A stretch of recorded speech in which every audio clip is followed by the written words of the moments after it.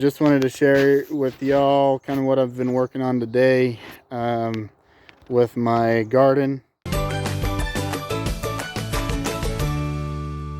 You can see here, so I'm working on rigging up some trellis. So using some T-posts and some wire mesh cattle panels to create a trellis.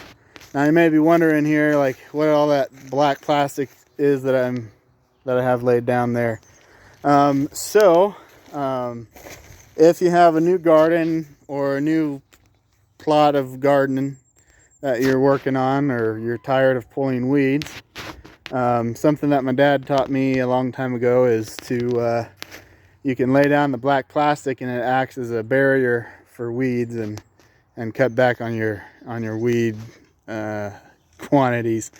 So that's what we're kind of doing here with all this black plastic, to kind of keep the weeds down. I did that last year over here on this part of the bed, and it really reduced the amount of weeds. I have it pulled off right now because I'm tilling it up again, and we'll replant it with peppers and okra again this year. But it worked really well. All you have to do is worry about the holes in the black plastic and pulling the weeds from the holes, like around the plants and stuff. So really cut down on the amount of weeds we had to deal with. So that's what we're doing. I use a drip irrigation system on my garden. A little bit of